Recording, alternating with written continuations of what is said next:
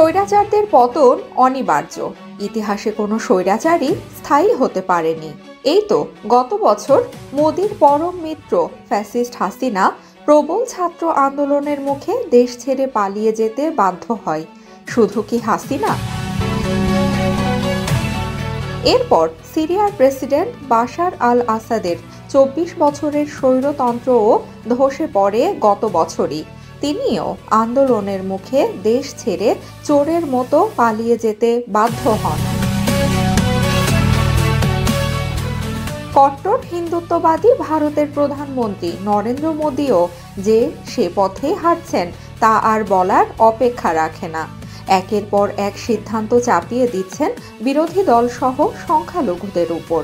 তাই অনেকেরই ধারণা হাসিনা আসাদের পরিণতি বরণ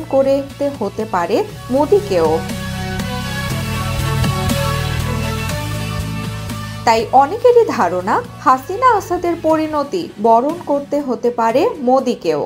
বিগত ১৬ বছরে হাসিনা কেড়ে নিয়েছিল মানুষের ভোটের অধিকার। তার বিরুদ্ধে আওয়াজ তুললেই করা হতো নির্যাতন, গুম, হত্যা। হাসিনার আয়নাঘরের আয়নাবাজি তো দেখেছে পুরো বিশ্ব।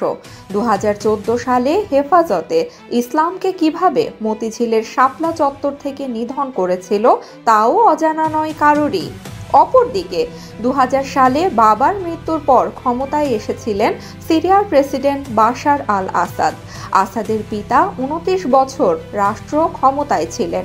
উত্তরাধিকার সূত্রেই তিনি শক্তভাবে নিয়ন্ত্রিত এবং দমন-পীড়নমূলক রাজনৈতিক কাঠামো পেয়েছিলেন, যেখানে বিরোধীদের প্রতি কোনো ধরনের সহনশীলতা ছিল না তার। এক সময় এই বাজে নীতি কাল হয়ে দাঁড়ায় তার জন্য।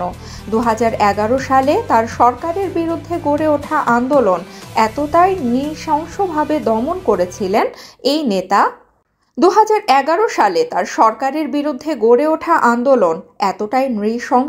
দমন করেছিলেন এই নেতা যা বিশ্ব বিবেককে রীতিমতো নাড়িয়ে দিয়েছিল। এই যুদ্ধে ৫ লাখেরও বেশি মানুষকে হত্যা করে আসাদ সরকার। ভারতের মোদী সরকারও একই পথে হাঁটছে। মুসলমানদের ওপর দিনের পর দিন যে অন্যায় অবিচার করে যাচ্ছে নরেন্দ্র মোদী, তার প্রতিফলন ঘটবে এটা আর বলার অপেক্ষা রাখে না। ভারতীয় মুসলমানদের ঐতিহ্য মোঘল আমলের বাবরি মসজিদ দখলে নিয়ে সেখানে রাম মন্দির স্থাপন করেছে হিন্দুত্ববাদী কট্টরপন্থী এই নেতা। সে সময় নির্বিচারে হত্যা করেছে মুসলমানদের।